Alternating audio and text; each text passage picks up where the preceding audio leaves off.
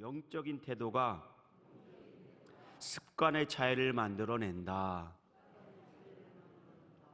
아멘. 오늘은 이 제목을 가지고 하나님 말씀 같이 나누기 원합니다. 미국 보스턴 셀틱스라는 유명한 NBA 프로 농구단 팀이 하나 있습니다. 거기에는 매우 전설적인 인물이 있습니다. 그의 이름은 레리 버드입니다. 이분은 백인입니다.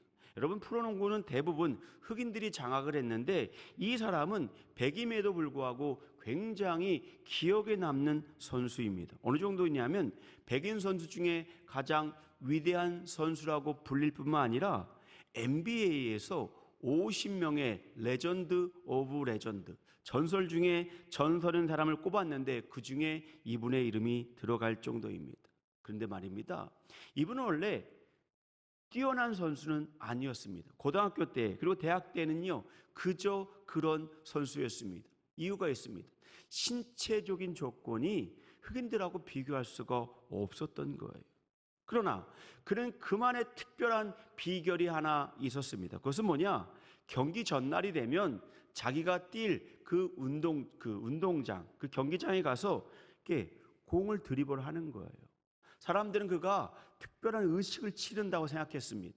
그래서 한 번은 기자가 그 사람에게 물었습니다. 아니, 선생님은 어떻게 매일 전날 와서 공을 이렇게 여기 드리블하면서 몇 시간을 보내시는 이유가 뭡니까? 이렇게 레리 버드에게 물었습니다. 그랬더니 이렇게 레리 버드가 답을 했습니다.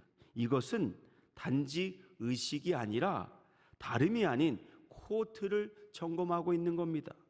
코트의 바닥에 혹시나 흠이 없는지, 있다면 어떠한 형태의 흠인지, 공을 어떠한 방향으로 튀겨야 하는지 그것을 알아내기 위해서 이렇게 하고 있는 겁니다. 남들이라면 대수롭지 않게 여길지 모르지만 나는 불규칙 바운드가 만들어내는 피해가 얼마나 큰지를 압니다. 그래서 저는 전에 떴던 경기장도 그 전날에는 꼭 가서 이렇게 공을 가지고 점검을 하고 있는 것입니다. 그래요. 그러한 꾸준한 태도, 그의 준비된 마음이 그를 위대한 선수, 전설 중에 전설로 만들었던 것입니다.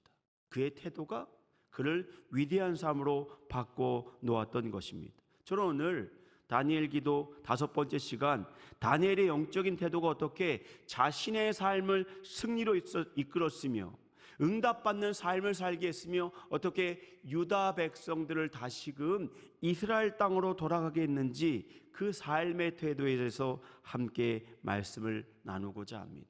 그래요, 다니엘은요 자기의 삶의 태도의 변화를 통해서 위대한 인생을 살아갔던 사람입니다. 저는 두 가지로 이 말씀을 살펴보려고 합니다. 첫 번째, 여러분의 교재에 있습니다. 오늘 우리의 삶의 태도는 영적인 위대함을 이끌어냅니다. 또한 내일의 작은 변화의 원인이 되기도 합니다.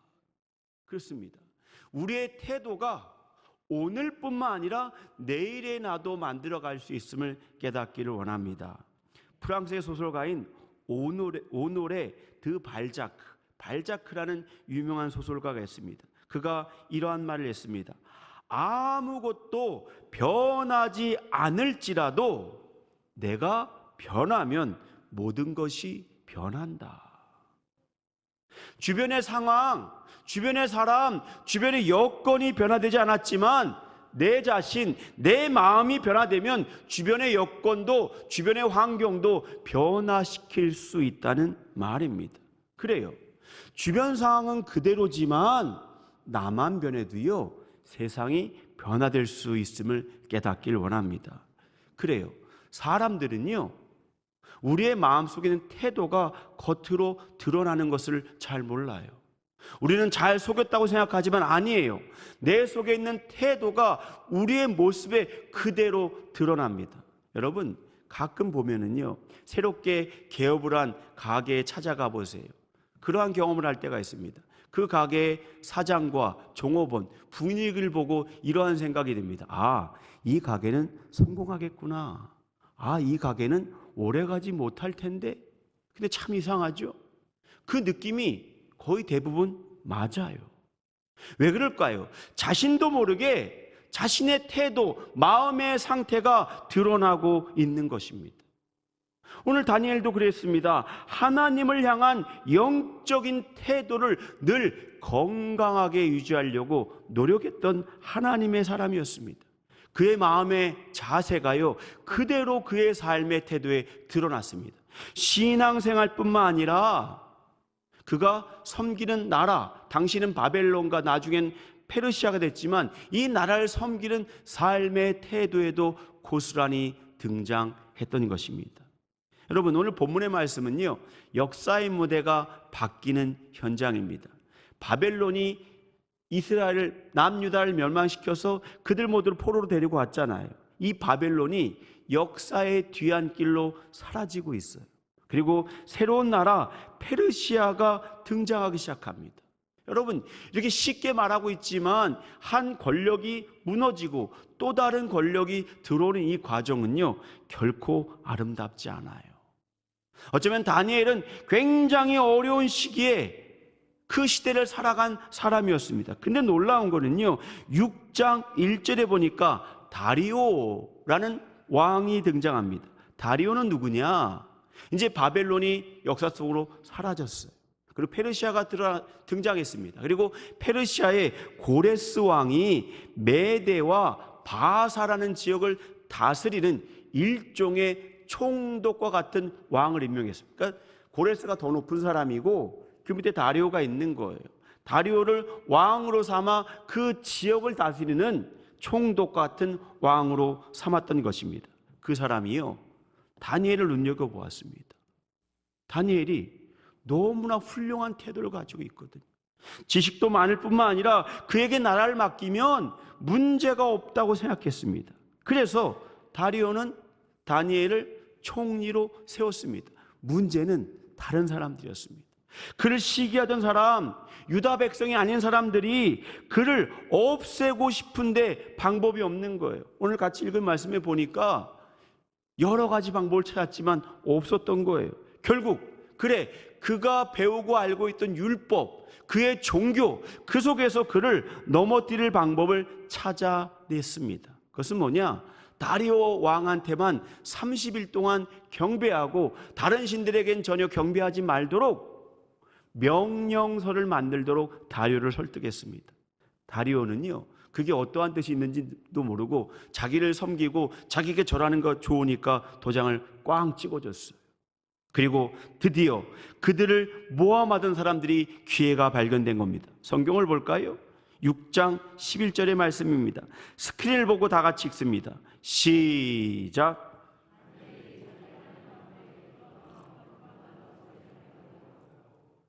그래요.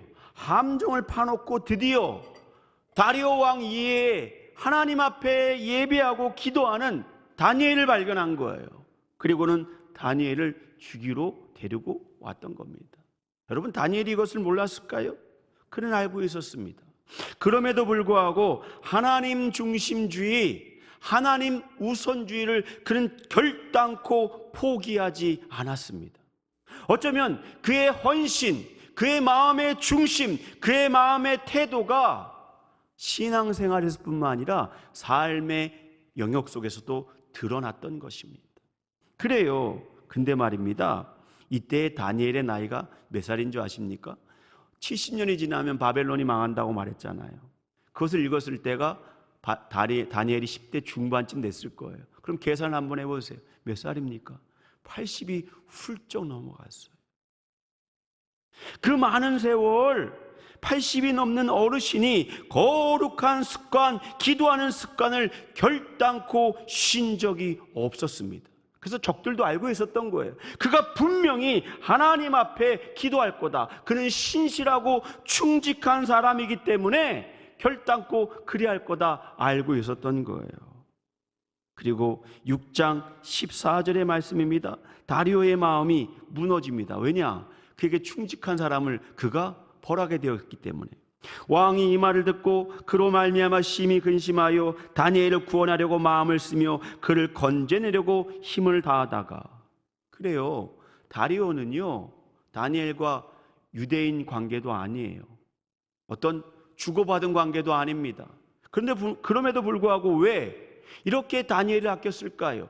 다니엘의 삶의 태도, 남의 밑에 있는 사람이 그 위에 있는 사람의 마음을 이 정도로 움직일 정도면 다니엘은요, 보통 사람이 아닌 거예요.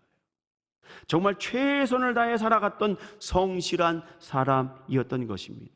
그런데 말입니다, 아까도 말씀드렸다시피 우리의 삶에요, 우리의 태도가 드러납니다. 아마도 다니엘도 그랬을 겁니다. 흥미로운 실험이 하나 있습니다. 미국 터프트 대학교의 심리학과에서 했던 실험입니다. 간단한 실험이에요. 거기는 대학생들에게 1000명의 사업가의 사진을 보여줬습니다. 무작위로 그냥 지나가서 한 장씩 보여준 거예요. 그리고 이렇게 물었습니다. 이 사람이 성공한 사람 같습니까? 아니면 실패한 사람 같습니까? 단지 사진만을 보고 판단하게 했습니다. 얼굴 사진, 반명 한 판 얼굴 사진을 가지고 말입니다. 그런데 말입니다, 놀라운 거 뭔지 아십니까? 사진만을 보고도 학생들이요 70% 이상 성공했는지 틀렸는지 알아냈다는 거예요. 왜 그럴까요? 그들의 인상, 그들의 표정이요 자신들의 마음의 상태를 자기도 모르게 드러내고 있었던 거예요.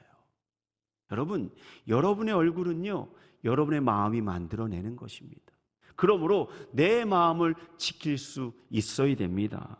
신앙생활도 마찬가지입니다. 하나님 앞에 최선을 다하는 사람, 그 사람이 사회생활도 성공하는 거예요. 그래서 종교개혁을 이끌었던 마틴 루터는요 이런 유명한 말을 남겼습니다.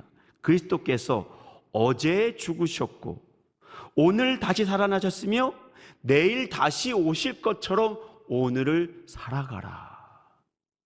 어제 돌아가셨고 오늘 부활하셨고 바로 내일 오실 것처럼 오늘의 삶을 성실하게 살아가라고 말씀하고 있는 거예요. 여러분, 그러한 마음으로 오늘을 살아갈 때 여러분의 남은 인생이 하나님이 쓰시는 귀한 축복된 인생됨을 믿으시길 바랍니다. 그래요. 그런 마음의 태도가 필요해요. 전에 제가 섬겼던 그런 교회 목사님이 제게 늘 하시는 말씀이 있었습니다. 그분이 이렇게 말했습니다. 어떤 목회자는 사역을 하면서 자신이 꿈꾸었던 사역적 성공을 이루는 분이 있다. 그런데 어떠한 분은 자신이 꿈꿨던 것을 이루지 못하는 분이 있다. 교회의 사이즈를 얘기하는 게 아니라 자신이 꿈꾸고 기도했던 그러한 것들을 이루지 못하는 사람이 있다는 겁니다. 그분이 이렇게 말했습니다. 그것은 목회자에게 달려있다. 영적인 태도에 달려있다. 무슨 말이냐? 교회를 성장시키고 변화시켜야 되겠다는 거룩한 욕심, 거룩한 열정을 가진 목회자는 성공하더라는 거예요. 그러나 아무것도 아니라고 무시하고 그냥 삶을 대충 살아가는 목회자들은 그분이 볼 때에는 성공하지 못하더라. 이렇게 말씀하셨습니다. 그래요. 내 안에 거룩한 욕심, 거룩한 삶의 태도가 있을 때 우리의 삶이 한 걸음도 변화됨을 믿으시길 바랍니다. 우리 서재전성결교회 성도들이 그런 거룩한 욕심을 꿈꿨으면 좋겠습니다. 하나님, 우리에게 부흥을 베풀어 주옵소서. 우리에게 성장을 베풀어 주옵소서. 그리고 나 자신의 삶이 변화되기를 원합니다. 그러한 태도를 가지면요, 뭐가 가장 변화되는지 아십니까? 우리의 언어가 변화돼요. 우리의 언어가. 우리가 쓰는 언어가요, 긍정의 언어가 됩니다. 제가 전에 어떤 분을 신방 갔는데 제가 그분을 위로하러 갔는데 위로받고 와서 목사님 잘 될 겁니다. 다 해결됩니다. 이미 주셨는데 뭐가 걱정입니까? 그러한 위로를 받고 인 적이 있어요. 그래요. 믿음의 언어, 사랑의 언어, 행복의 언어가 우리 인생을 복 내려주는 믿음의 사람으로 바꿈을 깨닫길 원합니다. 여러분의 마음의 태도가 바뀌어서 여러분의 언어가 바뀌길 바랍니다. 두 번째, 감사의 마음은요, 주변의 상황이 아닌 하나님의 자비와 능력 아래서 바라볼 때 가능한 것입니다. 여러분, 내 안에 있는 감사의 태도, 바른 태도가요, 거룩한 습관을 만들어냅니다. 이것을 꼭 기억하시길 바랍니다. 잘못된 습관을 극복하는 방법은요, 단 한 가지입니다. 좋은 습관을 갖는 거예요. 좋은 습관. 따라해 봅시다. 오직 습관만이 습관을 바꿀 수 있다. 여러분, 잘못된 습관을 고치고 싶으십니까? 좋은 습관을 가지시길 바랍니다. 한 걸음 더 나아가 거룩한 습관을 가지시길 바랍니다. 다니엘은요, 거룩한 습관이 있었습니다. 오늘 성경은 뭐라고 말합니까? 하늘의 하나님 앞에 3번씩 기도하는 거룩한 습관, 영적인 습관을 다니엘이 가졌다라고 말씀합니다. 왜 그랬을까요? 그는요, 믿음이 주는 힘을 알고 있었기 때문이었습니다. 그래요, 살아계신 하나님으로부터 매일매일 도우심과 은혜와 능력을 받은 믿음의 사람이었기 때문에 믿음이 주는 놀라운 은혜와 역사를 경험한 산 증인이었기 때문에 그는 멈출 수가 없었던 것입니다. 그래요, 그의 삶의 태도, 그의 믿음의 태도, 그 거룩한 습관, 그의 마음의 자세가 그를 하나님의 사람으로 만들었을 뿐만 아니라 주변 사람에게도 영향력을 끼칩니다. 여기 보세요, 사자굴에 던져진 다니엘을 향해 하는 다리오의 말입니다. 6장 16절의 말씀입니다. 다 같이 스크린 보고 읽습니다. 시작.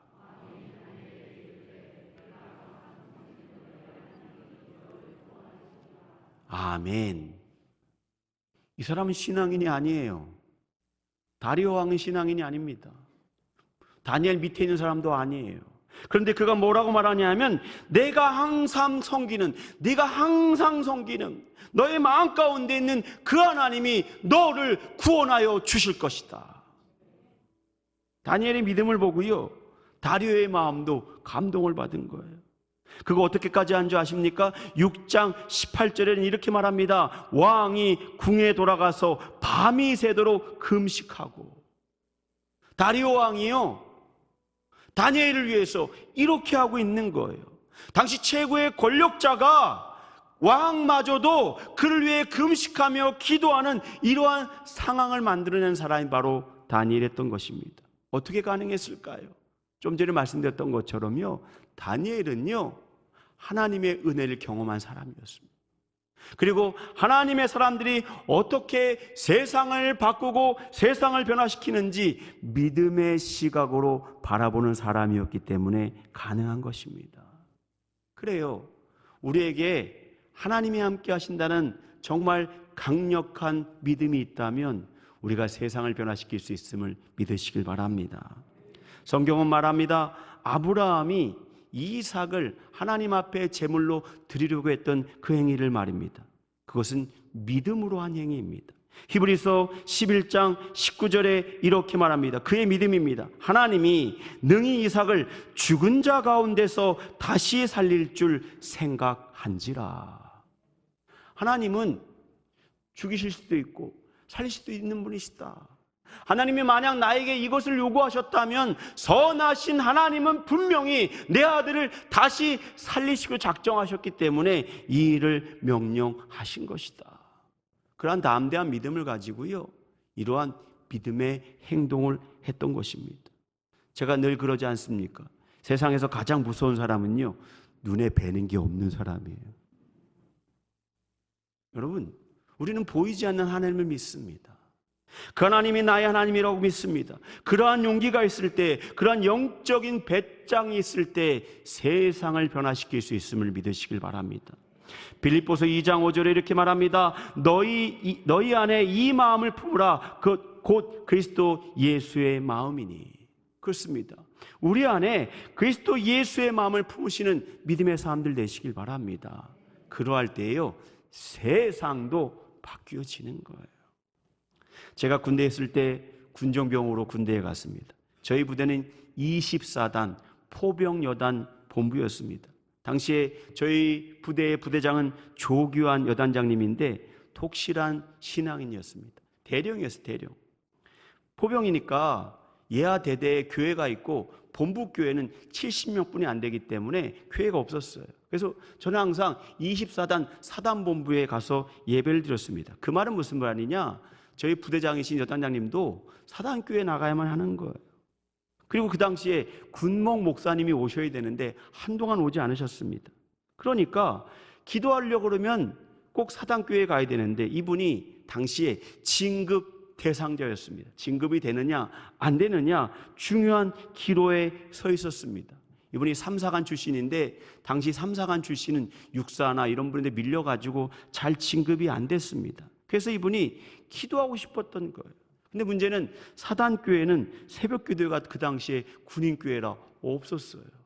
그렇다고 나가지도 않던 민간인교회 나가고 싶은 마음은 없고, 그래서 기도하고 싶은데 제가 군종병이니까 저를 불렀어요. 제가 당시 2등병으로 군종병이 되고 배치가 됐는데 저를 불렀어요. 그리고는 이렇게 말하는 겁니다. 새벽 기도를 인도해 달라는 거예요. 저보고. 교회도 없는데 네가 신학대학을 다녔던 학생이니까 잘할 거 아니냐. 그리고 그 다음날 용사의 집이라고 우리 부대에 휴게실이 있었어요. 거기에서 새벽 기도를 인도하는데 단 둘이서 제가 말씀을 인도하고 그 앞에 여단장이 서 계신 거예요. 여러분 상상이 가십니까? 2등병이에요. 부대에 배치받은 지 얼마 안 된 사람입니다. 제가요 첫날 예배를 인도하러 갔는데 손이 막 떨리는데 주체가 안 돼요. 다리가 후덜거리는데 여단장님 지나간 부대 대장이 지나는데 다 멈춰 있는데 그 앞에 제가 설교를 해야 되는 거예요. 그러니까 사시나무 떨고 있는 거예요. 다다다다다. 그리고 말씀을 인도하러 갔는데 흰 건 종이고 검은 건 전부 다 움직이는 춤추고 있는 벌레처럼 보였습니다. 그런데 하나님은 은혜 하나님이십니다. 좀 이따 용기를 주시더라고요. 어서 배짱이 났는지 한참은 더듬거리고 떨다가 드디어 용기가 났습니다. 그리고 준비한 말씀, 그것도 주문자 맞춤형 설교 아닙니까? 그분이 주문한 설교를 제가 해드리는 거 아닙니까? 용기를 내서 그 한 사람을 위해서 말씀을 전하는 거예요. 근데 말입니다, 제가 이 이야기를 하는 이유가 있어요. 여단장의 태도였어요. 제가 말씀을 증거하는데 새카만 이등병이 젊은 20대 초반에 그 신학생이 얼마나 설교를 잘했겠습니까? 근데요, 아멘 그러는 거예요. 단둘이 있는데 아멘 그러는 거예요. 저도 힘이 생겼습니다. 그래서 저도 모르게 갑자기 두 손을 불끈 지르고 그냥 쥐고서는 하나님 말씀을 강력하게 전달했어요. 그랬더니 아멘 그러시더라고요. 그리고 그날부터 새벽 기도를 했는데요, 저와 여당장님의 기도가요 용사의 집을 가득 메웠어요. 그분이 진급이 됐을까요? 안 됐을까요? 그래요. 하나님은요 은혜의 하나님이십니다. 하나님은요 우리의 영적인 태도를 바라보시는 하나님이십니다. 우리가 주님 앞에 정말 하나님이 함께 하시면 나는 충분히 이 세상을 이길 수 있다는 믿음을 가지고 오늘을 살아갈 때 하나님이 우리를 승리하게 하십니다. 그리고 우리 하나님은요 은혜 하나님이십니다. 하나님 내게 은혜 베풀어 주옵소서. 하나님, 내가 오늘 살아갈 때 하나님의 도우심과 하나님의 은혜가 없으면 결단코 살 수가 없습니다. 이렇게 기도할 때 승리하는 믿음의 사람들 되시길 주님의 이름으로 축원합니다.